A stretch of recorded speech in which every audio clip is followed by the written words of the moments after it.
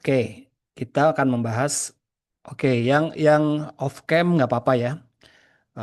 Silakan aja yang off cam atau yang sedang hari ini masih berada di luar, masih kondisinya sambil kerja, nggak apa-apa ya. Materi ini saya rekam dan nanti teman-teman bisa diulang lagi atau nanti bisa didiskusikan kembali kalau ada pertanyaan. Oke, jadi kita beranjak kepada eh, materi tentang periklanan ya. Kita udah ada ya, karena ini video periklanan, jadinya nanti saya bahas dulu tentang eh, dasar-dasar periklanan ya. Oke, saya share ya. Ya, ini untuk dasar-dasar periklanan. Video periklanan. Nah, jadi teman-teman apa namanya sebelum kita masuk videografi periklanan, tentunya kita harus tahu juga tentang iklan secara umum ya, teman-teman ya. Jadi kita harus tahu juga apa sih iklan itu gitu kan? Kenapa kita perlu iklan gitu ya? Nah, periklanan itu sebenarnya adalah media untuk mempromosikan, menginformasikan ya produk maupun brand ya ke audiens yang lebih luas, ke masyarakat luas lah ya. Melalui apa? Melalui media gitu kan. Di zaman dulu memang medianya itu kan banyak sekali ya perkembangannya. Jadi ada media cetak, ada eh, radio, TV gitu kan. Nah, ketika saya dulu sekitar tahun 2000-an juga ya, saya kan pernah masuk ke agensi periklanan. Selama kurang lebih 3 tahun lah saya ada di periklanan. Nah, itu saya masuk masih kondisinya saat itu internet itu belum terlalu populer.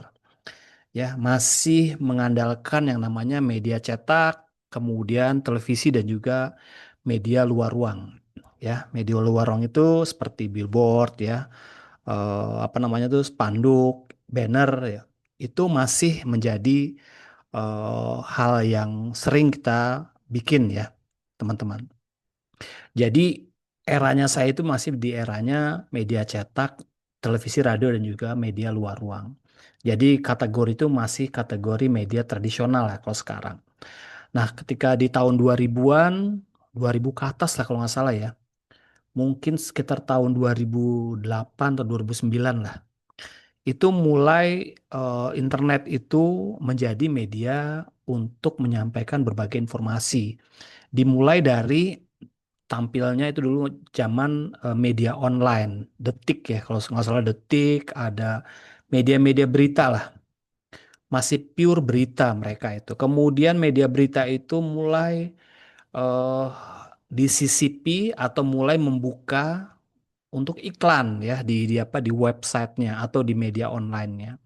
Dan dari situlah mulai berkembang itu, berkembang, berkembang, berkembang sehingga ada media-media yang khusus untuk ditayangkan di media-media online berbasis internet ya. Belum ada media sosial, belum terlalu populer dulu. Nah, ketika media online ini makin populer, ada website, kemudian muncullah yang namanya media-media iklan yang masuk ke web ya, di di apa ditempel di web gitu kan. Nah, itu banyak tuh yang kita lihat ya. Kemudian ada iklan-iklan yang memang bekerja sama dengan media tersebut untuk dimasukkan medianya, iklannya itu. Nah, seiring berjalannya waktu makin berkembang, hadirlah baru eh, media sosial.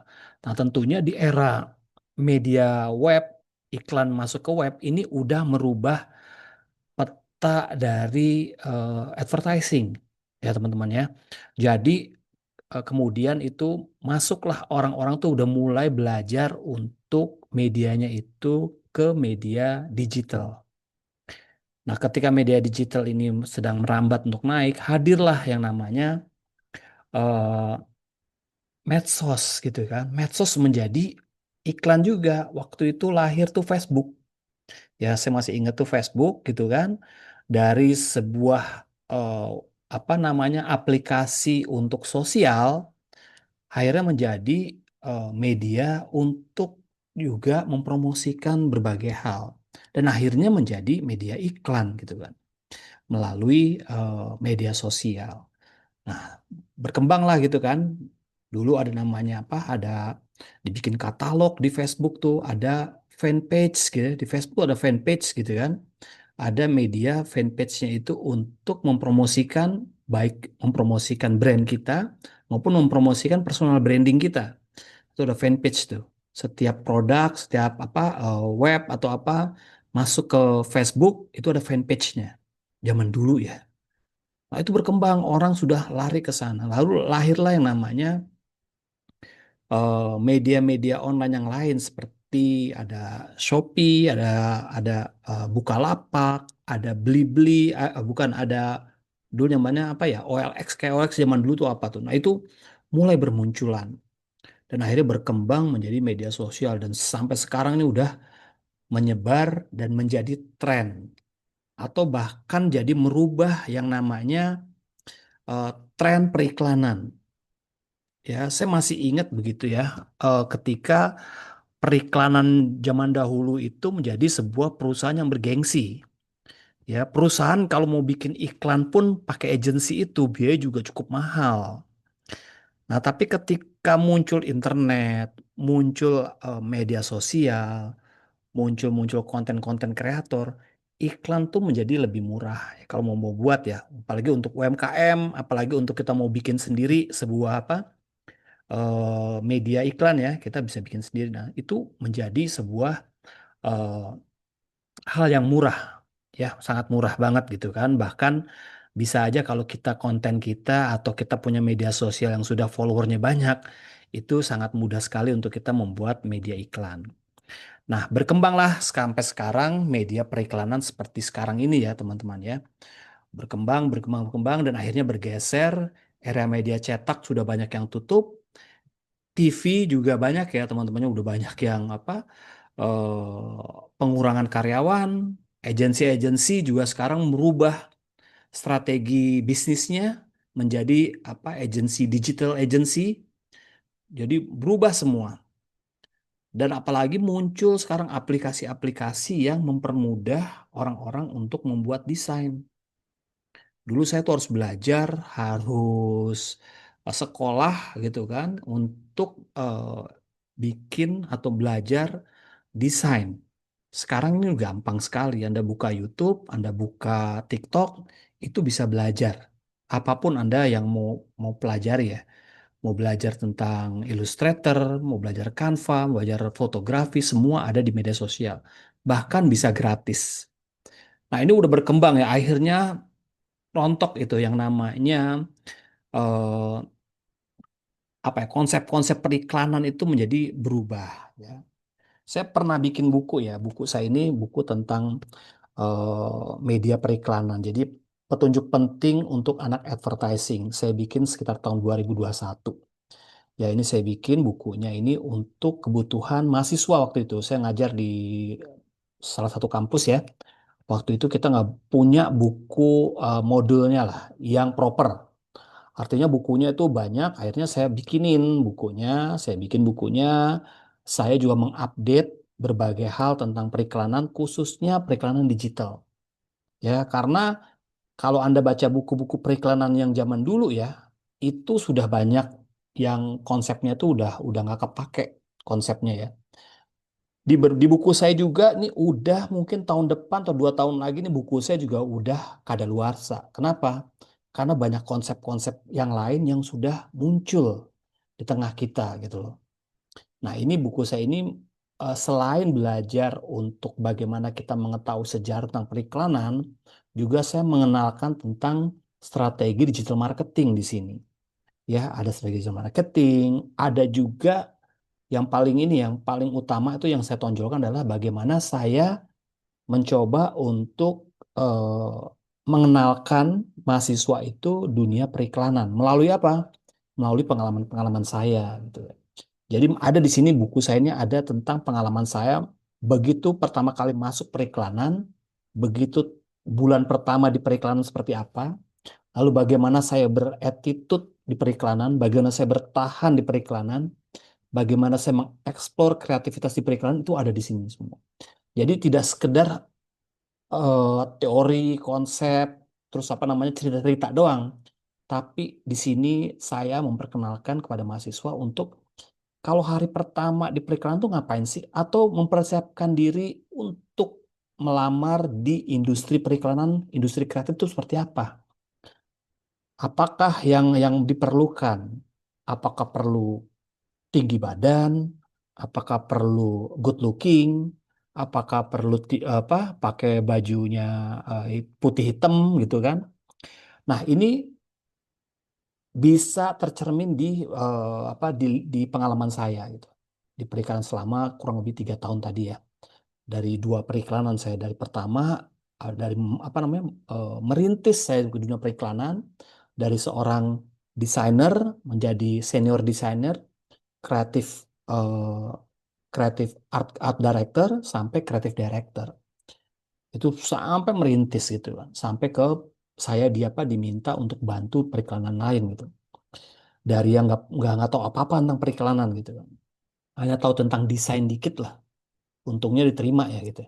Nah, inilah yang akhirnya saya tularkan ke teman-teman mahasiswa yang ingin berkecimpung di dunia kreatif.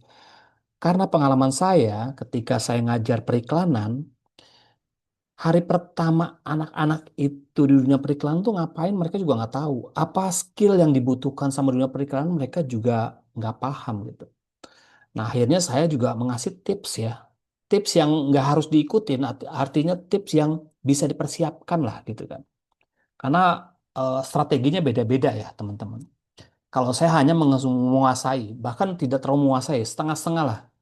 3 aplikasi aja saya waktu itu Adobe Illustrator, Adobe Photoshop, sama Adobe InDesign.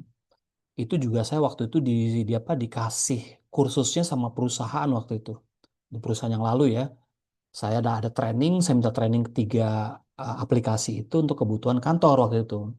Nah, ketika kantor saya udah apa bubar, saya pindah ke advertising dan dibutuhkan di situ. Padahal saya nggak terlalu jago juga gitu ya. Nah, itu yang perlu dikuasai dan lalu attitude apa sih di periklanan yang dibutuhkan gitu loh. Apakah langsung sok-sok ngartis atau seniman gitu kan? Apa sok yang seperti apa?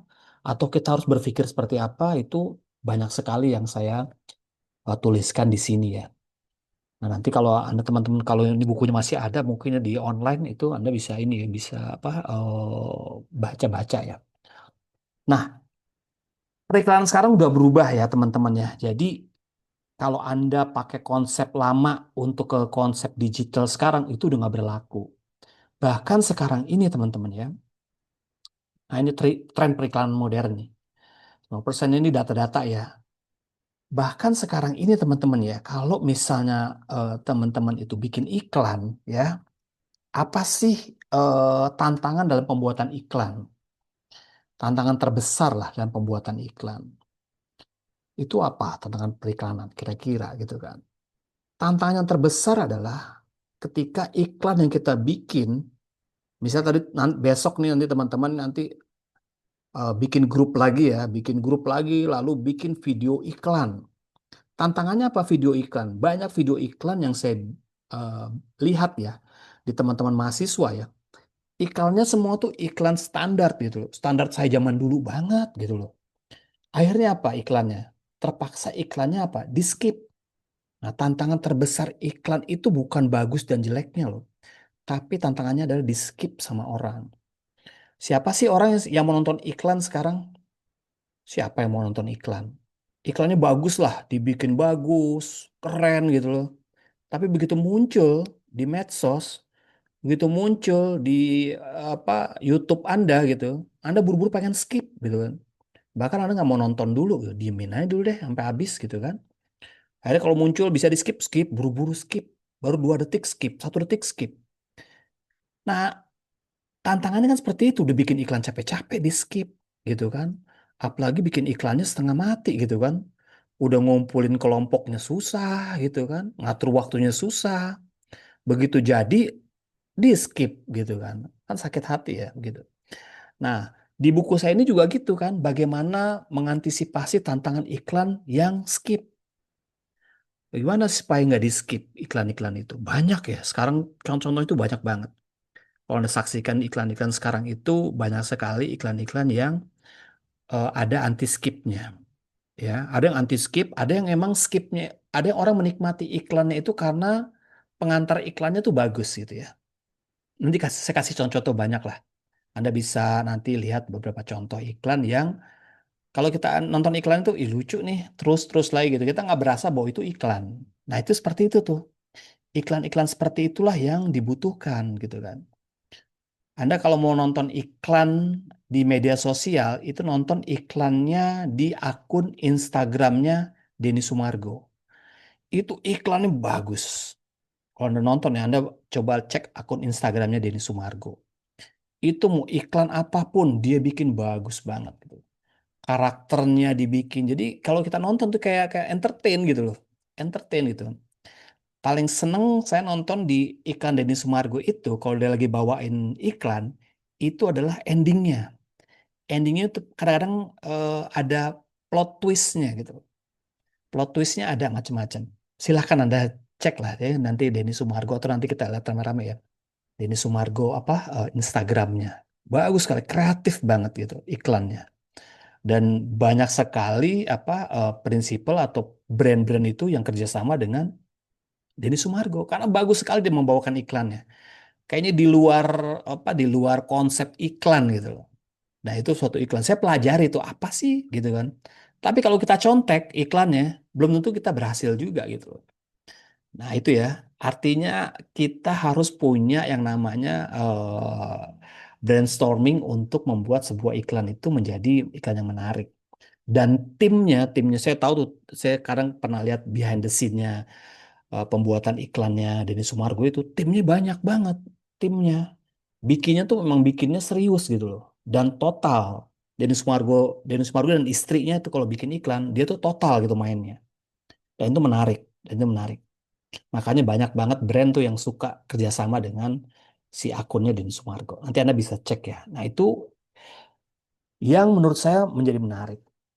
Nah, teman-teman yang di semester akhir kadang-kadang dia bikin prototype iklan. Tapi iklannya tuh iklan yang gampang sekali di skip gitu loh. Kemarin ada mahasiswa yang bikin iklan tentang iklannya Unsia gitu loh. Dia bikin iklan Unsia tuh bahwa dia seorang yang kaget gitu kan dari bangun tidur kaget tiba-tiba dia mau kuliah gitu mau buru-buru kuliah berangkat tiba-tiba dia baru sadar oh iya kuliah kan di rumah aja ya jadi nggak jadi itu berangkat akhirnya kuliah itu kan gampang banget di skip ya gitu kan kayak gitu-gitu yang kelihatan dari awal tuh udah kelihatan nih promosi ini promosi ini gitu kalau Anda lihat iklan Deddy Sumargo itu apa ya saya masih berpatokan sama dia tuh bagaimana dia menciptakan kreativitas seperti itu gitu. Nah, tapi memang itu jam terbangnya harus panjang. Saya mengikuti Denny Sumargo itu dari awal ya. Dari dia belum menikah, dia waktu itu masih pandemi, sampai sekarang tuh. Emang iklannya tuh luar biasa deh prosesnya. Dari iklan yang tadinya direct, sekarang tuh iklan yang soft selling, iklannya yang combine gitu. Itu Anda bisa nanti cek. Nah ini sekarang iklannya seperti itu ya. Nanti teman-teman juga kalau saya minta bikin dong iklan misalnya promosi produk tertentu lah gitu kan. Apakah Anda mau hijab, apakah mau produk-produk apapun gitu ya. Dengan model iklan yang eh, iklan yang kreatif gitu kan. Nggak sekedar iklan yang promosi aja, minumlah ini, makanlah ini, cobalah ini gitu kan, nanti terlambat gitu kan, cepat, diskon gitu atau apa. Yang seperti itu, apa namanya, kita coba buat lebih kreatif mungkin. Ada pembedanya gitu. Karena iklan-iklan seperti itu udah banyak dan itu berlaku sejak saya zaman dulu banget gitu bikin iklannya. Tapi Anda minta bikin iklan yang benar-benar ada referensi. Referensinya siapa? Referensi banyak tuh, macam-macam. Nanti Anda bisa lihat ya, referensi iklannya. Boleh ditiru, nanti Anda modifikasi nggak apa-apa gitu. Nah ini ya, ada definisi. Nah ini nanti Anda bisa baca lain. Ini daya tarik nih, daya tarik iklan. Ya, ini zaman dulu banget nih daya tarik iklan. Ya, kita seneng ya iklan tuh, apa pengen nonton gitu kan. Tapi kan jarang orang yang mau nonton iklan lama. satu dua detik iklan itu punya apa stop powernya itu rendah. Stop powernya itu maksudnya kalau satu dua detik pertama iklan Anda kurang oke, di skip orang gitu loh. Nah ini bukan pengalaman teman-teman aja, ini pengalaman saya juga ya. Saya bikin iklan, saya bikin campaign, saya bikin apa namanya tuh promosi, itu banyak engagementnya atau apa namanya tingkat apa ketertarikan orang tuh rendah gitu loh. Sampai sekarang pun saya dengan tim ya, tim digital saya sedang mengevaluasi dengan berbagai model pendekatan iklan dari soft selling yang sifatnya edukasi, yang sifatnya hard selling juga ada gitu. Itu kita coba semua. Nah, ini daya tarik iklan, unsur kreatifnya harus ada. Nah, ini konsepnya, ide cerita nih. Nah, ini sebenarnya dari sini ya, yang menentukan gitu kan. Tapi di ceritanya juga jangan apa nyelimet juga gitu ya. Tapi tetap harus ada namanya pijakan ceritanya gitu, ide cerita gitu kan. Nah, mungkin kita tiba-tiba bikin gitu kan. Kalau Anda nonton apa, Anda cek apa namanya story saya pernah saya bikin iklan ya, iklan apa namanya teh Kahuripan karena saya kerja di situ ya di Indofood di digital marketingnya. Saya pernah bikin tuh iklan teh Kauripan saya syuting sendiri gitu. Saya syuting sendiri, saya editing sendiri, saya bikin konsep sendiri gitu kan. Ya karena waktu itu lagi masih gabut ya di hotel. Saya bilang ngapain nih gabut nih gitu kan. Nunggu jam apa? Nunggu jam berapa gitu ya. Saya mau pergi gitu kan. Ya, saya bikin itu, bikin iklan. Hasilnya lumayan gitu kan. Maksudnya lumayan lah arti kata nggak jelek-jelek banget, tapi tetap engagementnya tuh nggak tinggi-tinggi banget. Karena apa? Karena hard selling, hard selling. Kenapa saya pakai hard selling? Karena kalau saya pakai soft selling, pimpinan saya maupun di apa di brand saya itu masih belum teredukasi bahwa soft selling itu punya engagement tinggi. Karena apa? Kalau di brand-brand itu, kalau yang soft selling itu dianggapnya bahwa apa ya, nggak menjual gitu loh. Karena orang-orang lama kan kayak orang konservatif itu maunya ya udah jualan tuh hard selling gitu loh. Tapi kan sekarang konsep digital tuh beda gitu. Nah, ini ada ini contoh-contohnya unsur videografi iklan. Nah, ini ada pra produksi, produksi dan pasca produksi. Yang paling menentukan juga ini pasca produksi ya. Nanti editingnya ini. Ya, kadang-kadang saya punya apa kumpulan video gitu kan. Saya edit demikian rupa menjadi sebuah cerita ya bisa juga. Ada foto lama, ada foto baru, ada apa. Bisa juga saya bikin editing menjadi sebuah cerita untuk iklan bisa juga gitu kan. Jadi editing aja gitu. Walaupun saya apa, misalnya saya punya apa namanya footage-footage si lama atau saya ngambil footage di mana di apa internet banyak yang gratis. Coba Anda sekarang lihat buka apa namanya tuh iklan-iklan media sosial itu banyak sekali menggunakan footage-footage gratis gitu loh. Supaya apa? Supaya mereka nggak syuting, mereka nggak usah ngambil apa gitu, tinggal diedit-edit aja gitu loh. Nah, apalagi sekarang udah zamannya AI ya. Saya kemarin belajar belajar yang apa mencoba untuk membuat AI menggunakan Google Gemini yang sekarang lagi ngetren nih. Google Gemini gitu kan. Yang sangat real, sangat bagus gitu kan. Yang tantangannya adalah ke kita-kita semua nih, kita-kita semua ini tantangannya adalah bahwa kita nanti masih dibutuhkan nggak kita bikin video ini gitu kan. Ngambil angle, ngambil apa gitu kan. Nah, tentu menurut saya sih perlu tetap diperlukan. Kenapa diperlukan? Karena kita harus perlu yang namanya wawasan juga. Sebelum kita membuat tuh kita harus tahu juga wawasan pembuatan video itu seperti apa sih. Nah, ini beberapa contoh ya. Saya kasih contoh.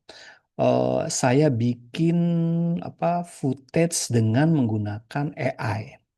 Ini supaya teman-teman bisa apa melihat perkembangannya sekarang. Oh, tunggu sebentar ya. Saya bikinnya itu untuk unsia, ada untuk kahuripan juga ada ya. Supaya apa namanya tuh bisa menjadi contoh lah gitu. Saya masih belajar sebenarnya juga menggunakan AI. Nah, ini contoh untuk Unsia ya.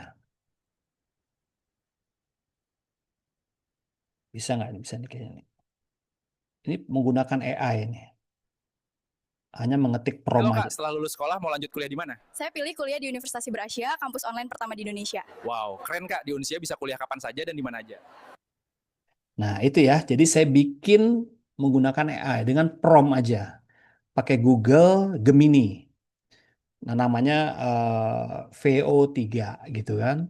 Nah, itu bisa Anda gunakan untuk iklan apa aja. Asal Anda bisa bikin promptnya. Dan promptnya saya juga belajar juga. Ya. Terus ada lagi beberapa video ya yang saya bikin juga. Ini ya tadi ya. Dia hanya bisa 8 Halo detik. Kak, setelah lulus sekolah mau lanjut kuliah di mana? Saya pilih kuliah di Universitas Berasia, kampus online pertama di Indonesia. Wow, keren Kak. Di Unsia bisa kuliah kapan saja dan di mana aja.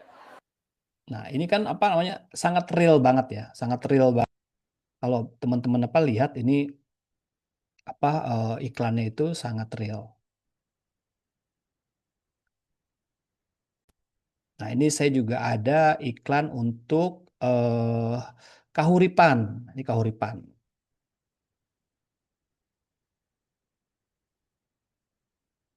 Halo Ibu, untuk kebutuhan teh celup di rumah, Ibu pilih teh apa? Saya selalu pilih teh kahuripan, teh favorit pilihan keluarga kami, karena bikin auto happy seharian. Mantap. Nah, itu ya. Jadi saya bikin iklan itu lewat AI. Ya, yang sekarang ini kalau Anda buka TikTok, buka apa itu sekarang banyak lagi bertebaran tuh. Iklan-iklan lewat bikin pakai Google Gemini. VO, dua ada orang macem-macem lah, itu bisa dibuat macam-macam. Dan ternyata tuh menarik banget itu loh. Tapi sayang waktunya tuh dia dikasih hanya 8 detik ya iklannya itu. Nanti kalau misalnya bisa 1 menit atau lebih gitu kan, wah itu udah sangat ini banget gitu, udah sangat apa tantangan banget gitu loh untuk kita semua orang-orang justru yang bergerak bidang kreatif, videografi, film dan lain-lain. Jadi kita bisa bikin film itu lewat AI itu. Karena ada yang bikin juga film lewat AI, ya sedikit ya. Sinematiknya bagus banget. Hanya saja memang terlihat lah, masih terlihat agak ada beberapa apa potongan-potongan itu yang masih bentuknya AI gitu loh. Tapi itu bisa gitu kan. Saya juga apa ini ya, Pak, juga ada beberapa yang bisa Anda lihat di tayangan sebentar ya, di tayangan-tayangan apa Instagram. Nah, bagaimana sih yang iklan-iklan yang menurut saya itu yang bisa menarik perhatian gitu ya. Jadi saya udah apa cek ya. Coba saya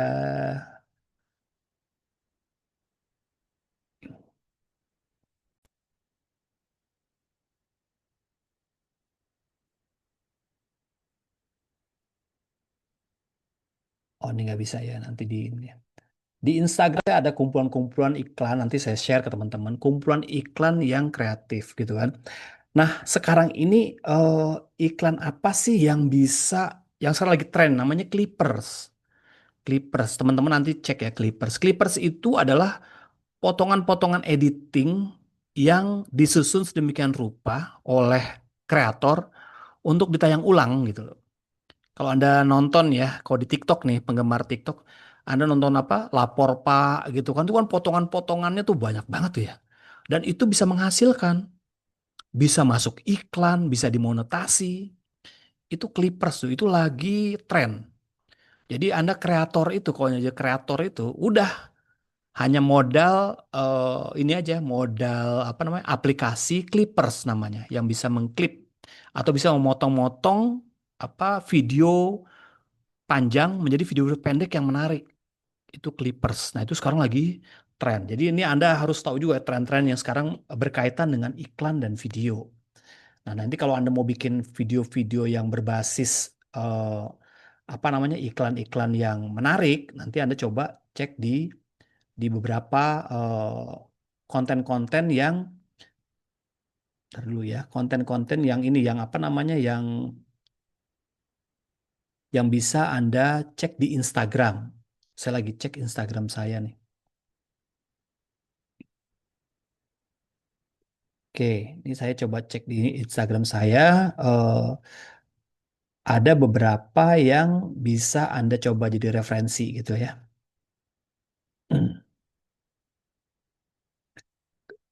Teman-teman yang mau tanya silahkan ya, nggak apa-apa.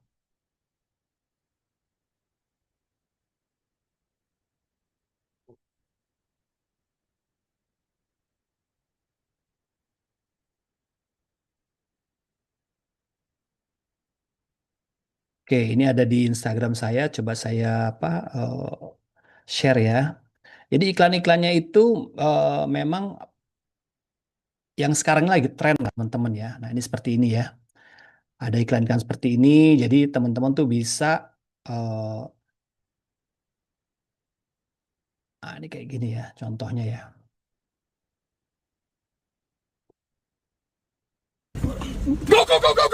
Woi, di sini ada promo loh 10-10. Jangan lewatkan. Up to 30%. Ada free ongkir sama free gift. Buruan check out. Untuk yang ini tangkap aja. Bodoh amat. Nah itu ya. Jadi kayak iklan-iklan seperti itu tuh lagi-lagi apa? Lagi ngehits lah gitu ya. Lagi ngehits apa? Unik, lucu gitu kan. Ada apa? Ada hal-hal yang kita tunggu-tunggu nih ngapain nih gitu kan. Juga kadang ada iklan juga yang CCTV gitu misalnya. Ini iklan apa ya? Tiba-tiba masuk ke materi apa iklan ternyata. Nah, ini contoh satu lagi yang Anda bisa coba jadi apa referensi ya. Iklan di sosial media.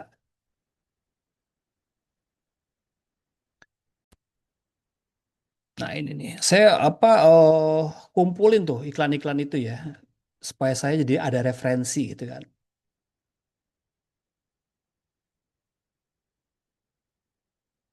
Nah ini ya.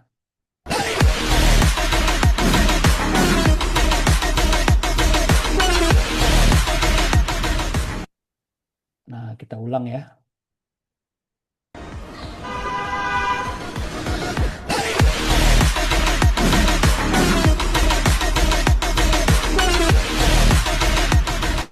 Nah itu kan kalau kita lagi mengiklan gitu kan, orang kan nonton tuh pasti nonton sampai habis. Kalau saya aja sampai tertarik tuh, simpen ah gitu kan. Saya biasanya mau terapkan ke brand saya gitu loh. Itu kan orang sampai habis gitu, bahkan diulang-ulang. Apa sih ini orang mau ketabrak nih, tiba-tiba iklan. Ada orang jatuh dari motor ya, orang pada mau nolong gitu kan. Ada apa mas, ada apa mas? Tiba-tiba yang kecelakaan itu orang lagi tiduran ngasih iklan. Itu sekarang lagi marak seperti itu. Nah itu iklannya tuh biasanya tuh nggak terlalu bagus ya, maksudnya dari kualitasnya, dari apa dari angle-nya dari apanya mungkin ya nggak terlalu bagus maksudnya kualitas dari gambarnya ya nggak seperti iklan komersil tapi daya engagementnya tuh tinggi engagementnya bahkan terhiburnya orang tinggi banget itu kalau saya lihat iklan yang saya tadi simpen itu beberapa itu di Instagram saya itu rata-rata tuh ada engagementnya tinggi tuh ratusan orang yang nyimpen yang komen yang share banyak banget itu. Coba Anda bikin iklan seperti itu gitu Pak, dengan pendekatan-pendekatan yang beda seperti itu. Itu luar biasa ya. Memang itu perlu jam terbang yang tinggi. Tapi sekarang ini kan nggak perlu panjang kita belajar. Cukup referensi aja, cari referensi, kemudian kita coba tiru aja. Tapi dengan pendekatan-pendekatan lokal. Misal tadi ada India gitu, kita jangan di India, kita di mana gitu. Nah seperti itu ya teman-teman ya. Apa tentang video periklanan. Kita masih lanjut ya, sedikit lagi nanti kita lanjutkan dengan diskusi. Nah, ini mengapa video efektif sebagai iklan ya? Karena ini lebih tinggi nih. Ada penelitian bahwa video itu jauh lebih menarik dibanding foto ya. Zaman sekarang ini gitu. Video-video iklan yang bergerak ya, tapi jangan yang lama-lama ya. Paling nggak saya makanya teman-teman tuh saya kasih challenge gitu. Kalau bikin iklan baik maupun jurnalistik maupun apa gitu, jangan panjang-panjang gitu kan. Coba dibiasain kamu paling lama tuh 30 detik misalnya, 20 detik gitu kan. Nah itu challenge tuh sebenarnya tuh. Bagaimana kita mengefektivitaskan yang namanya pesan itu supaya sampai gimana ya gitu. Baik, sampai tapi juga punya daya penasaran orangnya. Ada orang, baca lagi deh, ulang lagi deh, ulang lagi gitu kan. Nah, kita kan maunya seperti itu ya. Ada daya apa, orang mau dengerin lagi apa tuh ya gitu. Nah, kayak gitu ya. Jadi ada apa hal-hal yang sepertinya kita perlu nih belajar tentang bagaimana iklan tuh jangan panjang-panjang gitu kan. Makanya di TikTok itu paling lama tuh 30 detik gitu kan. Kalau panjang udah males deh. Kecuali iklan-iklan yang memang kayak misalnya iklan ini ya. Kalau saya tuh nonton panjang-panjang iklan tuh biasa iklan yang rekomendasi-rekomendasi tempat wisata. Rekomendasi tempat wisata, kemudian dia kuliner, unboxing misalnya apa. Saya biasanya tuh agak lama tuh ngeliat tuh. Nah, tapi yang lain-lain tuh kok iklan-iklan yang lain tuh saya kadang-kadang skip aja gitu loh. Nah, inilah yang tantangan kita ya teman-teman ya untuk menjadi bagaimana membuat video ini menjadi penting. Meskipun tadi ada AI, ada apa ya, tentunya itu harus kita perlengkapkan lagi tuh skill kita dalam dunia AI. Penting itu kita harus berubah terus ya. Saya juga gitu ya. Meskipun saya udah apa puluhan tahun ya di dunia periklanan, public relations, kemudian marketing, tapi saya tetap ngupdate terus. Bahkan teman-teman mungkin bahkan ya mungkin saya lebih update dari teman-teman Gen Z gitu. Teman-teman apa Gen X atau Gen milenial ya, saya lebih update mungkin ya gitu kan. Karena siapa? Saya pengguna aktif di berbagai media seperti Instagram, TikTok, YouTube lah gitu kan.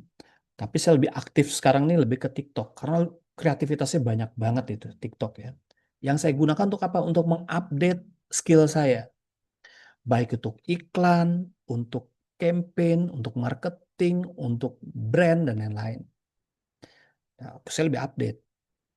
Ya, selain saya tahu juga Velocity ya, tahu juga Statues, tahu juga yang lain, tapi saya juga update yang lain-lain juga yang sifatnya untuk menambah skill saya yang saya akan tularkan baik ke tempat kerja maupun ke kampus gitu, khususnya ke teman-teman sekarang ini. Oke, ini apa lagi nih? Video digital. Nah, di video digital ya sekarang ini. Jadi buat video digital tuh sekarang tuh nggak usah eksekusinya boleh lama. Maksudnya begini, brainstormingnya boleh berhari-hari gitu loh. Berhari bikin itu, referensinya, nyari risetnya boleh panjang. 3 hari, 4 hari nggak. Tapi eksekusinya atau outputnya jangan panjang-panjang. Dari sekian kamu brainstorming, kemudian kita cari referensi, riset 3 hari. Jadi videonya paling ya 10 detik, 15 detik, tapi powerful gitu. Bagaimana caranya? Ya belajar. Mungkin nggak bisa 10 detik sekarang ya. Mungkin ada masih 30 detik atau masih 1 menit. Besok-besok dikurangin lagi, kurangin lagi, kurangin lagi. Berproses gitu ya. Saya nggak maksa juga gitu.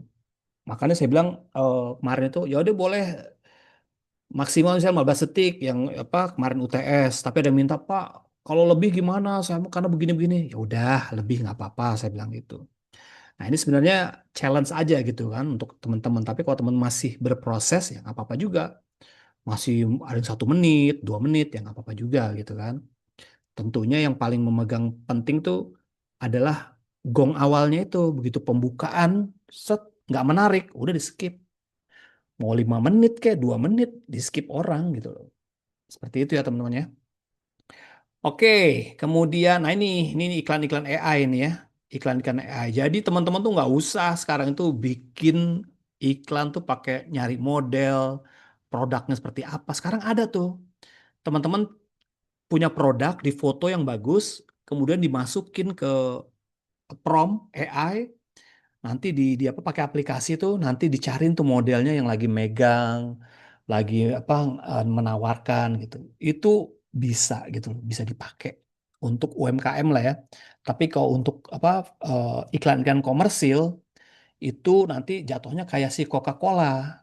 Coca-Cola tuh ini menggunakan benar-benar menggunakan AI nih Coca-Cola nih bikin dan dia mendapatkan apa ya sindiran atau mendapatkan bullying dari netizen karena pakai AI full AI gitu loh. Ya tetap kalau kita orang iklan tentunya harus tidak menggunakan AI lah. paling nggak ya, karena kita perlu yang namanya sentuhan-sentuhan personal. Kalau AI itu untuk personalnya itu kelemahannya itu kurang. Maksudnya bisa pegang terus dia mencium produknya misalnya kan, emosionalnya itu kadang kurang dapet kalau pakai AI. Tapi kalau untuk kita syuting sungguhan itu enak, kita bisa mengarahkan untuk dari sisi emosionalnya supaya orang tertarik juga, tergerak juga gitu kan dibanding AI. Seperti itu ya, kelemahannya seperti itu. Nah, ini konsep-konsepnya studi kasus AI ini banyak ya. Nick, ya, Nike ini AI personalized dan lain-lain ini banyak banget ya. Iklan-iklan nanti Anda bisa cari lah. Ini tantangannya tentang peluang videografi ya, clutter, noises ya, noises macam-macam. Karena noises itu karena banyak iklannya, banyak yang mirip-mirip gitu ya, periklan digital tuh. Karena ribuan iklan tayang per hari. Ini persaingan nih, persaingan konten yang ketat. Kalau iklan kamu nggak stand out, ya udah iklannya tuh di skip orang atau semacam apa ya, kayak sampah lah gitu ya. Di, di, dibuang-buang aja sama orang gitu. Nah, ini tantangannya besarnya di situ nih kita sebagai orang-orang kreatif di dunia broadcasting ya. Nah, itu ya teman-teman ya, dari materi dan diskusi, saya mau buka diskusi ya. Nah, teman-teman silakan yang mau tanya, mau diskusi tentang periklanan, videografi periklanan. Karena memang kalau jurnalistik, saya menguasai jurnalistik juga ketika saya di PR ya. Saya di public relation, tapi jurnalistiknya itu lebih kepada PR-nya itu PR marketingnya. Marketing PR. Jadi masih ada marketing-marketing PR-nya. Nah, kalau di apa di periklanan ini yang saya jalani ya. Dari sekian tahun yang lalu sampai sekarang saya menjalani dunia eh, marketing khususnya periklanan digital yang di situ ada video digitalnya juga, ada produksinya, ada kampanyenya. Kalau Anda buka YouTube ya, YouTube-nya channelnya Kahuripan, nah itu beberapa hampir 70-80% itu saya yang bikin videonya gitu kan. Saya produksi videonya, saya bikin videonya untuk edukasi, untuk promosi, untuk branding dan lain-lain. Jadi itu banyak videonya. Nanti Anda bisa cek ya. Apa namanya channelnya Teh Kahuripan. Oke teman-teman, ada yang mau di ini mau bertanyakan? Nanti saya cek dulu ini. Oke. Nah, ini saya coba ke ini ya, ke kita mau lihat YouTube-nya ya. YouTube-nya Teh Kahuripan lah ya, untuk Anda mau lihat aja ya. Beberapa yang saya bikin gitu ya. Sebenarnya ada juga di konten saya juga ada sih ya. Ikan apa YouTube ya.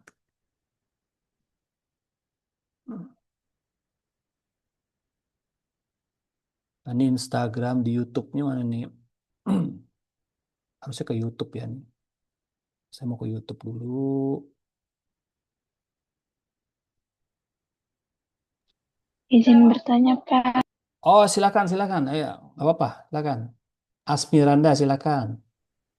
Oh, Teti, Pak.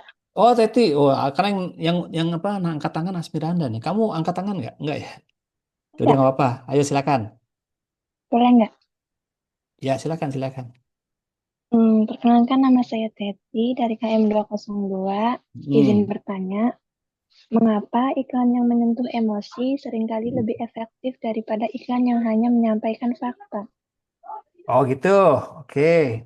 Ada lagi? Itu aja ya, Teti ya. Ya, itu saja, Pak. Oke. A- Oke, saya langsung jawab ya, Mbak Teti ya. Jadi, kenapa iklan yang menyentuh? Kadang kalau iklan yang menyentuh itu kan, kadang iklannya itu kelemahannya ya, iklan menyentuh tuh bagus ya, bagus banget. Tapi kelemahannya apa? Kelemahannya itu orang nggak ngeh sama brandnya, nggak ngeh. Tapi kita engage tuh. Anda iklan-iklan di Thailand, iklan-iklan di India itu sangat tuh ada iklan-iklan yang apa? Yang social eksperimen. Di Kahuripan juga bikin tuh sosial eksperimen tentang Hari Ibu. Kalau Anda nanti masuk ke YouTube lagi, ke mana? Ke TikToknya Kahuripan, itu ada iklan tentang Hari Ibu, sosial eksperimen tentang Hari Ibu. Berapa view-nya? View-nya adalah 11,4 juta. Itu views paling tertinggi yang kita dapat selama sekian tahun. Nah, kenapa? Karena memang menyentuh, karena membuat orang tuh emosional. Tapi orang sadar nggak sama brandnya? Enggak, gitu loh. Ya tentunya kita mengharapkan maunya tuh dua-duanya ya, ada emosinya dapat, engagementnya dapat, produknya juga dapat. Tapi nggak bisa dua-duanya kadang-kadang, Mbak Teti. Kita harus misalnya nih kalau saya pengennya nih produk Kahuripan ini dikenal dulu deh. Ya udah, jadi kita udah dikenal dulu aja deh. Kita menggunakan konsepnya apa nih? Ya udah konsepnya promo, edukasi. Tapi kalau kita mau misalnya tuh banyak follower atau banyak akun-akun yang masuk ke akun kita misalnya, engagementnya tinggi. Nah, bikinlah iklan-iklan yang emosional. Tapi resikonya brandnya itu akan agak tenggelam. Orang tuh akan apa? Nggak ngeh gitu loh. Oh ini Kahuripan ya. Oh ini ya nggak ngeh gitu loh. Tapi dia menikmati tontonan itu. Itu aja sih sebenarnya tuh tantangannya. Tapi kedua-duanya tuh bagus. Iklan yang hard sell bagus, yang emosional bagus. Tapi resikonya itu, Mbak Teti. Seperti itu ya. Oke, Mbak Teti. Baik, Bapak. Terima Oke. ngerti. Ya, nanti kalau Teti mau bikin yang itu, pilih salah satu. Nih iklan kita nih, resikonya kalau iklannya bagus, tersentuh orang, tapi bisa-bisa orang nggak ngeh sama produk kita loh, gitu. Oke, Asmiranda. Iya Pak, izin bertanya. Saya Ya. Asmiranda dari KM 203 ingin Mm-mm. bertanya. Kan dari tadi bahasnya soal periklanan produk ya Pak ya. Nah, Mm-mm. kebetulan saya bekerja di bidang jasa. Kira-kira ada nggak sih Pak tips dan triknya biar jasa saya ini dikenal gitu loh Pak dengan iklan? Itu sih Pak. Iklan. Oke. Caranya untuk branding sebuah jasa rumah Jasa sakit ya. nih Pak misalnya. Kita rumah sakit ya, jasa Ya, ya. Oke, gitu. pelayanan ya, oke. Betul Nah, Pak, itu apa? makasih. Oke, Asmiranda. Jadi banyak ya caranya ya sebenarnya. Tapi saya nggak punya tips yang ampuh gitu loh. Karena tipsnya tuh banyak tuh prosesnya. Ada yang menggunakan hook, ada yang menggunakan KOL. KOL tuh kayak influencer ya. Influencer, selebgram, dan lain-lain. Ada yang menggunakan testimoni, ada yang menggunakan semacam apa namanya kolaborasi gitu kan. Banyak sekali itunya. Nah, tergantung nanti Mbak Asmiranda mau yang seperti apa nih gitu kan. Karena ada prosesnya. Kalau Mbak Asmiranda lihat channelnya, bukan channel ya, Teh Kahuripan produknya, itu kita dalam tahap itu bukan tahap apa ya, tahap apa orang pengen berbondong-bondong belilah Teh Kahuripan, belum. Kita masih dalam tahap sama seperti Asmiranda tuh mengenalkan dulu. Mengenalkan dulu aja. Yuk teman-teman, ini ada teh yang bagus nih, dari dataran tinggi, bisa bermanfaat untuk kesehatan ini. Udah, mau beli ya udah syukur, enggak ya nggak apa-apa, kita edukasi dulu. Yang penting semakin banyak orang yang nonton, itulah target kita. Banyak dulu yang nonton, banyak gitu. Kalau ketika udah banyak, nanti diharapkan yang bisa jadi follower kita bisa baru pelan-pelan masuk ke promosi yang hard sell. Ada diskon lah, ada apalah. Nah, awalnya kita kan semacam kayak kalau di iklan itu ada traffic. Traffic tuh kayak begini ya, apa kayak piramida terbalik. Kita udah banyak orang nih yang keliling yang di sosial media ini, bagaimana itu masuk ke corong kita dengan apa konten, ada nggak yang masuk nih di corong kita nih dari traffic yang sekian banyak orang tuh. Nanti banyak masuk masuk lama-lama tinggal sedikit. Nah, orang yang sedikit itulah yang orang terpilih tuh nanti yang kita baru edukasi lewat promosi-promosi. Kalau orang yang banyak itu kan macam-macam tuh. Ada yang orang nggak butuh gitu kan, nggak butuh informasi itu. Ada orang yang lagi butuhnya makan, ada yang orang butuhnya sekarang beli rumah. Tiba-tiba tawarin rumah sakit gitu kan, misalnya gitu kan. Nah, tapi di mana cari orang yang butuh? Nah, cari trafficnya itu dulu. Kita seleksi aja dulu. Tebarin aja dulu tuh iklan. Ada nggak orang yang masuk tertarik gitu? Tentunya iklannya iklan yang niche. Niche tuh artinya tuh iklan yang spesifik. Iklan yang spesifik tuh apa? Misalnya cari tuh Mbak Asmariana tuh kira-kira yang paling spesifik di pelayanannya apa? Misalnya gitu kan. Misalnya pelayanannya tuh misalnya 24 jam gitu. Wah, yang lain nggak ada 24 jam. Ada cuma 23 jam klinik sebelah gitu. Nah, Mbak bisa 24 jam. Bahkan ada promosi tuh kalau saya pernah tuh baca di promosi tentang apa? orang cuci mobil tuh, cuci mobil, itu dia pasang spanduknya tuh. Apa namanya spanduknya tuh, buka cuci mobil 48 jam. Wah, saya kaget kan lihat. Berhenti sebentar, kadang penasaran, kadang apa. Padahal tuh strategi marketing aja menurut itu. Atau misalnya jangan nengok kiri gitu kan. Ternyata kita nengok juga kan, ada klinik Asmiranda gitu. Oh ini gitu. Ada kayak gitu gitu model tuh trik-triknya macam-macam. Jadi kalau menurut saya kampanyenya itu diprogram dulu Mbak Asmiranda. Di kampanyenya diprogram. Sekarang tahapannya apa nih? Orang udah kenal belum rumah sakitnya? Oh masih belum banyak kenal, ya udah kenalin dulu aja gitu kan. Kenalin targetnya apa? Targetnya sebanyak-banyaknya orang kenal. Lewat apa? Lewat namanya PR marketing. PR marketing itu apa? Kita datang, kita misalnya kasih pengobatan gratis, kita kasih apa tuh kegiatan-kegiatan edukasi, penyuluhan di kampung-kampung misalnya ya. Orang kenal nih itu dari mana sih tuh? Oh itu dari kliniknya Asmiranda tuh di situ tuh sebelah itu tuh. Oh iya ya. Terus gitu. Tapi kita nggak jualan. Nanti lama-lama baru jualan. Promo loh kalau mau apa pas mau Lebaran ini atau pas lagi ini nih kita ada promo gitu. Terus bertahap tuh Mbak. Seperti itu sih. Karena saya juga nggak punya tip ini Mbak lakuin itu gini enggak gitu. Kadang kita harus lihat dulu perusahaannya Mbak Asmirana itu pelayanannya apa yang paling cocok ya misalnya gitu. Apakah dokternya dari luar negeri ya kayak misalnya Unsia. Dulu kan promosinya Unsia apa? Adalah satu-satunya kampus yang rektornya dari luar negeri asing. Wah itu laku itu. Tapi kalau sekarang nggak relate lagi. Nah, kita harus ganti strategi gitu kan. Nah cari dulu yang spesifiknya apa pelayanannya misalnya gitu. Dokternya ini misalnya dari mana gitu kan. 24 jam atau kalau ada ruang tunggunya itu sekarang kayak kayak lounge. Lounge tuh kayak lounge bisa ada kopi gratis yang nunggu, ada teh gratis. Wah, orang udah ngomong mulut ke mulut kan, kamu ke klinik kayak Asmiranda aja. Enak loh disediain ini gratis, itu gratis, pelayanannya bagus. Kadang kita apa duduk aja disuntik gitu kan misalnya gitu. Wah kan unik gitu kan. Duduk doang disuntik gitu kan. Suntik vitamin maksudnya gitu ya. Saya kadang juga klinik juga gitu. Pak minta dong booster gitu kan. Padahal saya sehat gitu kan. Oh iya boleh. Kalau saya mau keluar kota saya minta booster tuh.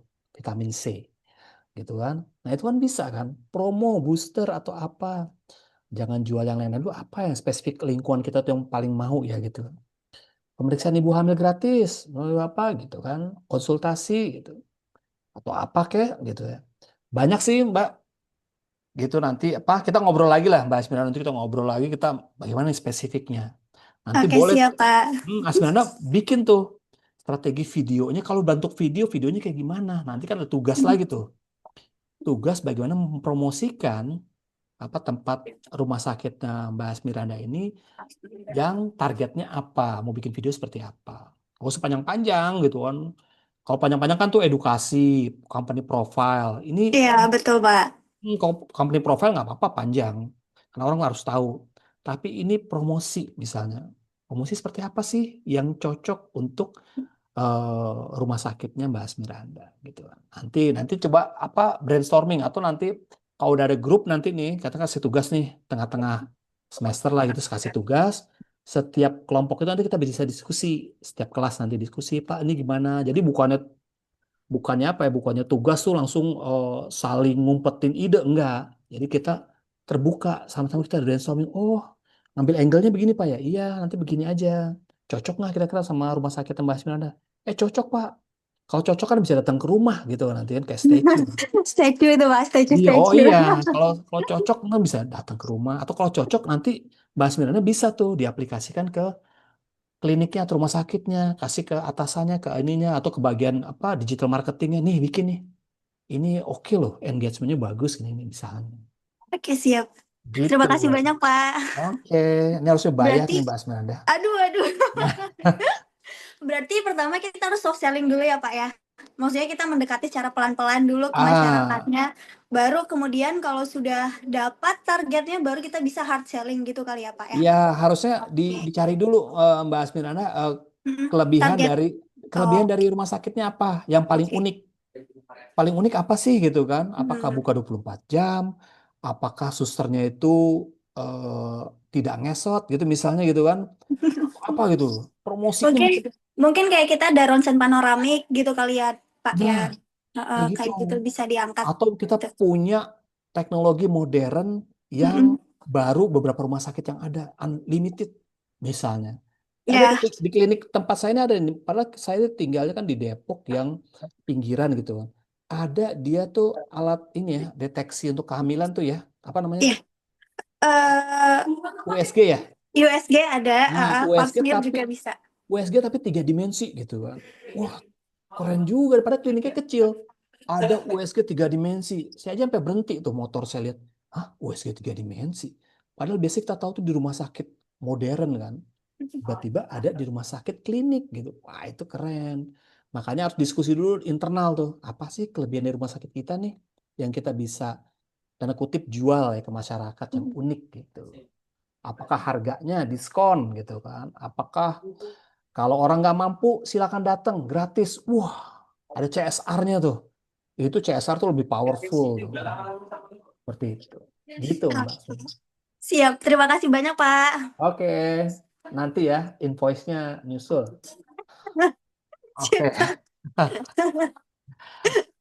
Oke, nah ini ada nih IPA dari Kahuripan juga ada nih. Nah ini ada dari Kahuripan nih. Nah ini 80% nih saya yang bikin juga ya. Ini temanya semua nih ada hard selling, ada yang soft selling, ada yang apa edukasi, ada yang profile. Nanti Anda bisa lihat nih. Tapi memang nggak ada yang hard selling cuma. Nah ini ada yang ini nih yang saat sibuk. Nah ini khusus untuk TVC ini. TVC itu adalah televisi komersil. Artinya sewaktu-waktu ini bisa saya tayangkan di apa di media TV atau di media kalau kita lagi pameran atau kita lagi apa bikin bazar gitu kan tampilkan karena kita pendekatannya emang benar-benar promosi. Kita coba ini ya, kita lihat ya.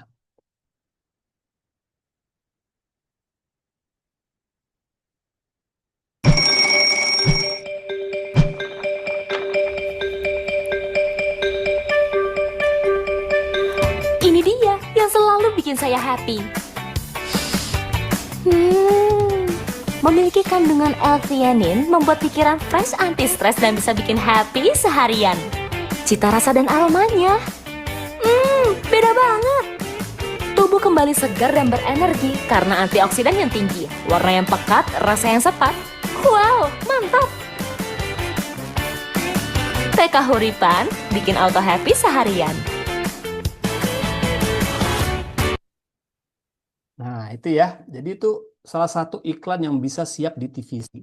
Nah, itu kerjanya tuh saya bikin skrip, bikin apa namanya tuh, bikin apa content writingnya, bikin skrip ini kata-katanya ya, sampai saya mendirect itunya tuh apa videonya, kerja sendiri gitu. Walaupun saya kerjanya sama agensi ya, tapi saya udah arahkan tuh semuanya tuh, kata-katanya semacam-macam. Oke, Mbak Ika, silakan Mbak Ika. Selamat sore, Pak. Sore. Silakan, Mbak. Sebelumnya mohon maaf nggak bisa on cam ya. Oh iya, nanti dikirim aja video rekamannya, Mbak. Ada gambar Oke, Mbaknya. Tuh. iya, Oke, apa, iya. Mbak? Saya Ika Safitri dari KM 201 izin bertanya. Mm-mm. Jadi ini menurut Bapak tuh media apa sih yang paling efektif untuk berikan saat ini? Terus saya mau sedikit cerita gitu kan. Sebelumnya kan saya punya bisnis kecil ya. Mhm. Punya bisnis kecil itu kayak jualan online sih kecil-kecilan ya. Tapi alhamdulillah sekarang cuma kenapa kalau misalnya saya kan pemasarannya kan di TikTok dan di Facebook. Dulu waktu pas terjun bisnis itu Facebook dan TikTok saya itu tuh kayak gabungan gitu tuh kayak untuk personal branding untuk pribadi dan kayak iklan gitu. Nah dulu itu tuh TikTok TikTok aku lumayannya followersnya udah 7.000 kalau nggak salah. Itu TikTok aku. Sering FYP pas pas apa namanya pas mulai kayak mulai promosi iklan produk saya gitu tuh kayak viewernya tuh turun daripada viewers biasanya gitu tuh. Nah terus aku kan apa sih jadi bikin TikTok lagi khusus buat jualan gitu kan. Dan sekarang udah jalan 1 tahun jualan aku, brand aku di akun TikTok satunya itu tuh alhamdulillah naik gitu tuh. Jadi maksudnya TikTok pribadi untuk personal branding dan jualan itu nggak dicampur gitu loh. Jadi sekarang tuh yang naik itu tuh TikTok aku yang buat jualan gitu loh. Dulu awal-awal emang masih masih viewers dikit gitu. Tapi sekarang eh, mungkin followersnya masih dikit, masih 1.000 daripada akun utama aku gitu. Tapi ternyata lebih rame dari eh, dari apa TikTok utama gitu loh viewersnya. Terus pas aku nyoba promosi di ini lagi di apa di TikTok utama aku, viewersnya turun daripada viewers yang aku upload di TikTok jualan itu. Nah itu tuh kenapa tuh Pak? Udah Oh, itu aja sih. oke. Makasih. Oke, Mbak Ika. Oke. Jadi mungkin ada beberapa ini ya, beberapa apa, mungkin analisa ya. Karena itu harus dianalisa ya, harus dievaluasi. Karena saya bagian dari apa, digital marketing itu biasanya tugas utamanya itu adalah evaluasi. Evaluasi konten yang udah berjalan tuh seperti apa gitu ya. Apa kurangnya, apa yang perlu upgrade, apa yang perlu dikurangin dan lain-lain. Nah, Mbak Ika ini harus sebenarnya mengevaluasi lewat insight-insight yang ada. Kenapa turun? Kenapa algoritmanya tidak membaca apa namanya promosinya gitu kan? Nah, kemungkinan ya ini algoritmanya berbeda gitu kan antara iklan apa promosi produk tadi itu di akunnya sama di akun pribadi gitu kan. Jadi seperti itu ya. Kalau saya juga gitu, saya punya akun TikTok itu sengaja emang saya nggak bikin grow ya. Akun TikTok saya cuma punya follower cuma 79 orang. Ya, emang saya nggak grow ya, karena saya emang untuk hiburan aja. Nah, apalagi saya buat promosi gitu kan. Saya pernah promosi dapat bukan promosi ya, saya jalan-jalan gitu kan di akun saya di TikTok dapat 7.000 orang, padahal akun saya cuma 79 orang gitu ya. Jadi menurut saya kalau di TikTok ya, kalau di TikTok itu follower tuh nggak terlalu penting menurut saya. Follower tuh nggak terlalu penting gitu kan. Kecuali nanti Mbak Ika itu kerja di digital marketing, di corporate itu baru penting. Tapi kalau untuk pribadi, kalau kayak kita nih apa Mbak Ika sebagai pengusaha nanti kita nih penjual apa mandiri lah gitu. Follower tuh nggak terlalu penting. Pentingnya dia tuh ketika misalnya dia memenuhi target untuk kita bisa live jualan. Mungkin ya harus 1.000, harus 2.000. Ada syaratnya harus bisa jualan tuh nggak apa-apa. Dan itu bisa kok beli gitu kan. Tapi kalau untuk supaya produk Mbak Ika itu bisa viral, bisa laku gitu. Nggak harus dari follower Mbak. Karena tuh bagusnya TikTok tuh seperti itu. Dia tuh akan dipromosikan kalau bagus ya, dipromosikan ke banyak orang. Kalau 100 bagus ke 1.000. Kalau 1.000 apa namanya tuh lebih ke 10.000. Lebih 10.000 itu lebih sampai jutaan. Terbukti dengan apa namanya tuh apa konten saya tentang sosial eksperimen. Begitu bagus dikasih-kasih. Tapi ketika saya bikin lagi sosial eksperimen yang baru, nggak sekuat itu gitu loh. Artinya apa? Ada algoritma yang terbaca itu gitu kan. Di saat momen tertentu, tema tertentu itu bisa viral. Dan itu nggak harus berbanding dengan followernya tinggi kalau menurut saya ya. Karena follower tinggi itu di mana apa di sebuah apa namanya akun TikTok yang jualan itu nggak penting. Yang penting banyak pembelinya. Menurut saya tuh nggak usah banyak follower, yang penting banyak pembeli gitu kan. Kadang saya mau beli barang itu, misalnya saya lagi mau beli apa kerudung atau mau beli apa alat elektronik gitu kan. Saya beli tuh di toko itu dan saya nggak harus jadi followernya dia. Yang penting saya beli aja gitu. Jadi menurut saya kalau bisa di apa di jualan, ya udah jangan dipentingin tuh namanya follower, yang penting jualan terus dan bisa target misalnya kalau konten kita tembus 10.000 itu udah lumayan lah. Artinya 10.000 orang yang lihat di luar dari follower kita. Kadang follower kita juga nggak beli-beli juga, nggak beli tiap hari juga kan. Nah itu harus perlu di ini nih perlu apa di apa di kita kita pahami nih. Kalau misalnya Instagram perlu juga tuh follower karena apa? Karena untuk engagement dan lain-lain itu. Karena saya kalau misalnya komen di baik di Instagram maupun di apa di TikTok nggak perlu saya harus jadi follower gitu kan. Jadi kayak sekarang nih follower tuh nggak terlalu penting ketika kita nanti mau membuat sebuah campaign iklan. Kecuali untuk branding ya, branding tuh perlu tuh orang banyak tuh. Karena kita mau mau jadi caleg atau mau jadi apa tuh penting juga tuh. Tapi kalau follower kita untuk jual nggak perlu banyak-banyak. Percuma follower Mbak Ika misalnya 10.000, 30.000, sejuta lah gitu. Tapi produknya yang beli di bawah itu gitu. Ya sama aja kan. Lebih baik kita followernya dikit. Misalnya saya follower saya cuma 79. Tapi ketika saya jualan iseng-iseng gitu kan, yang beli banyak gitu kan. Wah ya udah, saya nggak usah nambah follower. Kadang-kadang kalau ada yang beli, nambah. Kadang-kadang tuh bisa secara otomatis atau secara apa tuh sadar mereka tuh jadi follower kita kalau tertarik ya. Tapi kita jangan mengharapkan banyak follower menurut saya ya. Strateginya seperti itu Mbak. Strateginya udah fokus di jualan aja. Nggak pentingin di follower dan engagement. Engagement itu bagusnya adalah yang di luar dari follower. Karena follower-follower itu biasanya orang-orang terdekat kita, orang-orang teman-teman kita yang belum tentu beli, belum tentu penasaran sama produk kita, hanya support aja gitu loh. Nah, kalau hanya support aja sih ya ya lumayan lah kalau untuk apa syarat untuk kita live live jualan kan ada syaratnya tuh harus 1.000 ya kalau nggak salah gitu. Baru kita bisa live gitu kan. Boleh tuh live gitu. Tapi kalau dikurang itu nggak boleh live, harus 10.000 dulu atau berapa gitu.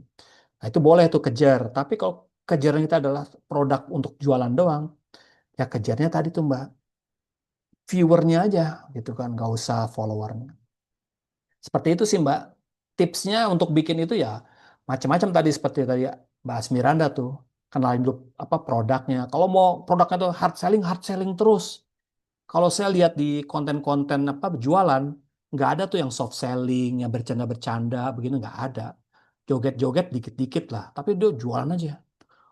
Ketebalan apa misalnya pakaiannya, kekuatannya, testimoni orang, kemudian kita pakai apa, outfitnya kita pakai lagi jalan-jalan, lagi apa kita pakai, cocok, pantas gitu kan. Nah itu disorot aja terus itu engagementnya bagus tuh.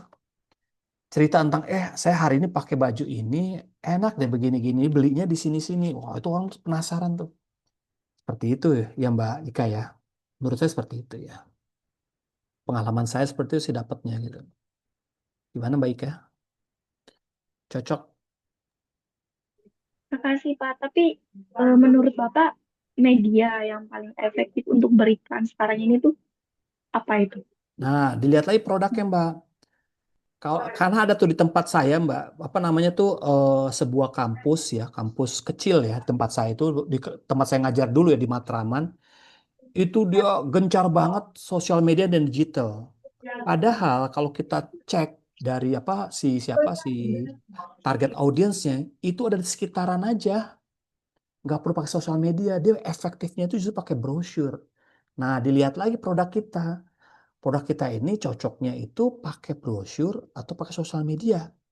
Kalau sosial media cocok ya udah, ajar. Tapi kalau begitu kita deket sama teman-teman, teman kampus, teman apa, nggak usah sosmed lah, kasih aja video, bikin sendiri atau kita kasih brosurnya, kasih katalognya.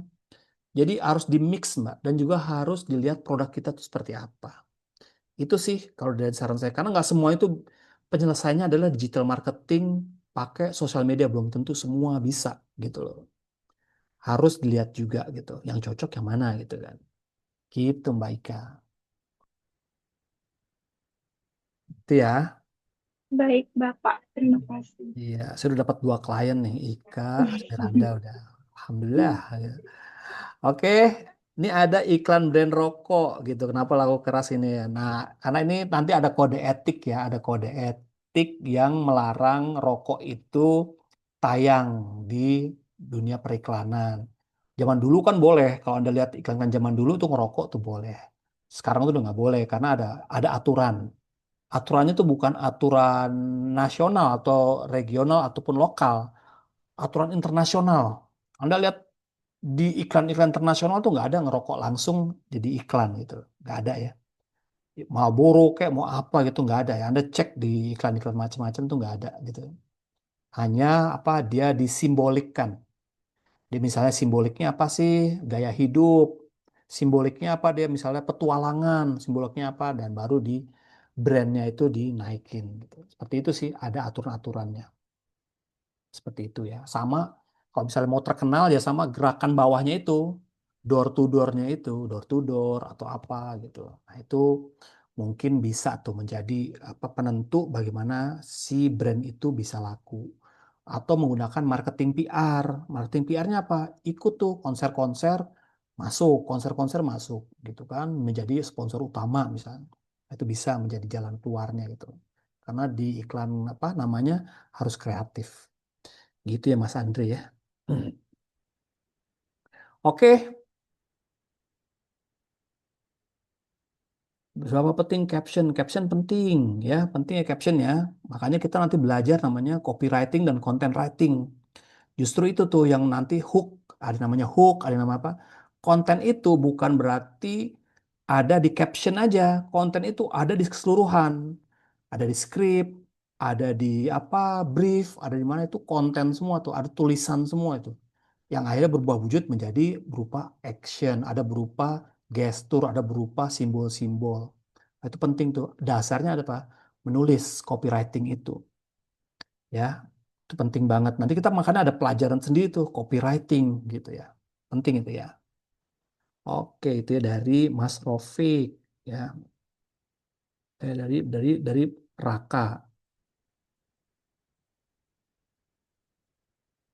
Video iklan yang pikirkan. Pertama dipikirin adalah ini, relate. Relate itu maksudnya apa ya? Cocok sama kebutuhan sekarang tuh apa sih? Misalnya kalau iklan-iklan lagi isu-isunya nih, politik misalnya. Nah bisa tuh digabungin tuh, politik masukin. Zaman sekarang apa nih misalnya nih, statue-statue, masukin tuh iklan statue. Apalagi misalnya apa, Nona Ambon, ada Nona Ambon di sini gitu kan, masukin gitu kan. Maria kamu kenapa ini merasa Nona Ambon Maria ya? Oke. Nah, itu lagi masuk tuh. Ada Nona Ambon di sini, masuk tuh iklan. Oh, ini bukan Nona Ambon, ini adalah produk ini misalnya itu. Itu kan tapi kan menjadi hook ya. Namanya hook ya nanti ya teman-teman ya. Ada namanya nanti kita kenalkan nama hook ya. Hook itu adalah kayak nyantel itu, cantelan yang bisa menjadi orang tuh nempel gitu kan. Hook, ngait terkait gitu. Gitu. Oke, ini udah saya jawab semua. Oke, Google VO3 ya. Saya ada pakai Google VO3. Oke, ada mau tanya lagi? Maria mau tanya Maria? Ada nggak? Saya izin bertanya, Pak. Oh iya, oke. Nona Ambon nih. Ada Maria. Bukan, Pak. Oh bukan ya? Oke, silakan Maria. Iya, Pak. Pertanyaannya, apakah iklan itu yang sering ditayangkan akan selalu berbanding lurus dengan peningkatan penjualan gitu, Pak? Oh gitu. Nah, ini bagus nih pertanyaannya nih. Oh baca di buku saya itu sampai sekarang ini penelitian tuh tidak ada yang namanya iklan bagus, iklan rame, iklan viral itu berbanding lurus dengan penjualan gitu loh. Ya nggak ada ya, maksudnya apa? Ketika iklannya laku gitu kan, iklannya banyak yang nonton, tapi belum tentu penjualannya itu laku gitu. Atau sebaliknya, ada yang iklannya jelek gitu kan, tapi barangnya laku gitu kan. Atau ada sebaliknya juga, dia nggak pernah ngiklan, tapi laku gitu. Banyak tuh. Artinya apa? Itu tidak absolut. Begitu iklan kamu bagus, iklan kamu tuh keren, belum tentu produknya laku. Gitu. Jadi ya kita tetap harus ada usaha-usaha bagaimana nih iklan kita, produk kita tetap laku. Artinya apa? Ada upaya lain. Itu kan iklan video itu hanya salah satu aja, salah satu bagian aja dari sebuah usaha campaign. Ada marketing PR-nya, ada penjualan door to door-nya, ada marketing yang apa sales-nya dan lain-lain. Itu harus kerja semua. Iklan itu hanya mendukung, mendorong aja supaya orang kenal gitu. Belum tentu beli, kenal aja. Oh, saya kenal Maria gitu. Tapi saya main ke rumahnya enggak? Enggak juga gitu misalnya. Tapi kalau misalnya udah kenal, udah deket, akrab, udah mainnya ke rumah Maria gitu. Nah, itu jadi enggak ya. Jadi iklan yang bagus itu hanya pendorong aja, tapi tidak berbanding lurus dengan lakunya produk gitu kan. Karena banyak ya produk-produk yang nggak harus beriklan gitu loh. Tapi dia mengupayakan campaign-campaign secara gerilya namanya gerilya. Gitu ya Maria ya. Oke. Pak, apakah ada iklan yang menyesatkan? Ya ada ya, pasti banyak ya. Menyesatkan tuh banyak macam-macam ya. Menyesatkan tuh artinya iklan tuh namanya hiperrealitas. Hiperrealitas tuh artinya dibuat-buat gitu kan. Kalau Anda nonton iklan apa namanya tuh biskuit macan gitu kan, biskuit gitu, kan nggak mungkin kan. Begitu kita makan biskuit kita nggak mau dianterin apa, nggak mau dianterin ini sekolah naik mobil, maunya jalan kaki karena dia kuat gitu kan. Nanti kok diikutin sama anak-anak gimana? Gitu kan, diikutin sama anak-anak gitu. Ah, saya nggak mau naik mobil lah, jalan kaki. Takut diaduin sama Kang Deddy gitu kan misalnya. Tapi makan biskuit dulu gitu. Truk gitu. Nah itu menyesatkan juga tuh. Artinya belum tentu semua iklan itu, karena iklan itu prinsipnya memang hiperrealitas. Jadi dibuat-buat supaya orang tuh tertarik gitu. Ya emang prinsipnya kayak gitu ya. Tapi kalau terlalu realitasnya terlalu hiper, nah itu bisa menyesatkan. Wih, banyak banget nih pertanyaan nih. Terakhir deh Wiji. Ayo Mbak Wiji silakan. Baik Pak, saya mau bertanya. Tadi kan Bapak bilang itu editing itu penting ya Pak. Nah Mm-mm. untuk kalau pemula seperti saya nih Pak, yang toolsnya juga seadanya, cuma HP, terus laptop biasa gitu, pakai aplikasi apa Pak yang bagus tuh buat Oh, editing? Terima kasih. oke, kalau saya pakainya yang gratisan. Kalau saya ya gratisan ya, pakai CapCut. Saya juga ada pakai Filmora yang berbayar. Tapi kita tuh yang penting kalau kita sebagai seorang video apa iklan video, pegangan kita yang penting adalah konsep kita kuat, Mbak Wiji. Misal kita konsepnya kuat, kreativitas kita jago konsep, jago apa? Editing kita suruh orang aja. Misal Maria bisa editing. Maria tolong dong editingin. Editingnya gimana? Ini potong, ini di sini potong, kasih konsep ini. Jadi mendirect kita. Tapi kalau kita bisa pun Maaf itu Pak, lebih bagus. Gimana? maksudnya konsep itu idenya kita gitu ya Iya, Pak, ide. intinya. Oh, Ide. baik. Seorang director tuh, seorang sutradara, director, apapun, itu belum tentu bisa ngedit juga gitu. Tapi dia tahu ngedit yang bagus tuh gimana gitu. Karena dia punya apa? Punya referensi. Referensi itu apa? Pengalaman dia melihat video-video yang bagus, video yang bagus. Ungkapinnya nanti kan ada grup nih, Mas apa Mbak Wiji bagian dari grup gitu kan, sama Mbak Maria, sama Mbak Ika gitu kan. Siapa ini bisa ngedit nih? Oh Maria bisa. Yang bikin caption siapa? Mbak Ika bisa. Oke, saya yang konsep ya. Jalan tuh ide. Kita tuh berperan di situ dan itu akan menjadi apa jualan juga nanti ngeditnya bisa belajar tapi konsep itu harus pengalaman dan jam terbang dan referensi itu riset referensi gitu. Nah itu yang penting sebenarnya ya. Kalau misalnya ngedit suruh deh teman kita yang bisa atau kita bisa kalau ada duit kita bayar atau kita pakai jasa-jasa siapa gitu tolong gitu kan. Tapi kan kalau konsep kan nggak bisa dijual beli gitu loh. Ini kita ada konsep nih, ada bagus nih gitu kan. Mau bayar nggak konsepnya kan nggak gitu loh. Tapi kita harus eksekusi karena itu harus pendekatan emosional kita, apa pendekatan riset kita di situ. Masalah teknis ya bisa lah pelan-pelan nanti kalau misalnya kita pakai alat seadanya juga nggak apa-apa nanti diberesin sama yang bisa jago gitu. Dulu saya bikin video iklan, video campaign tentang iklan layanan masyarakat. Saya nggak bisa ngedit gitu kan, saya nggak tahu ngeditnya kayak apa gitu kan. Saya hanya bisa bikin video, ngedirect, bikin sama bikin gambar-gambar aja. Kasih ke tukang edit, tolong dong ini. Jadinya bagus gitu kan. Saya senang juga, jadi, ih bagus juga bisa ya orang ngedit ya. Takjub gitu. Dulu kan zaman tuh susah ngedit ya, harus punya perangkatnya. Tapi sekarang saya udah bisa gitu kan, karena banyak aplikasi-aplikasi yang nggak berbayar. Gitu, Mbak Wiji ya.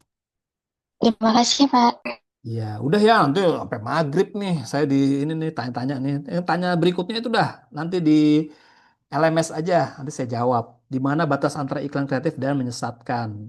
Iklan judul, iyalah iklan judul. Iklan apa menyesatkan dalam arti kata judul itu kalau misalnya lebih kepada apa ya? Emang judinya sendiri udah salah gitu. Apalagi iklannya yang salah, lebih salah lagi gitu. Gitu ya, menyesatkan. Judulnya sendiri menyesatkan, apalagi diiklankan. Antara iklan kreatif dan iklan menyesatkan itu tadi ya, ada hiperrealitas.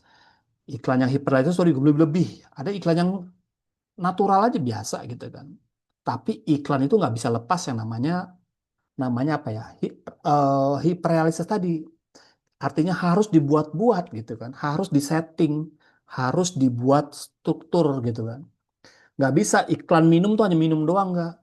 Minum harus diginin dulu, dicium dulu, dirasakan, ditelan, harus begitu. Nggak bisa glek gitu, nggak bisa.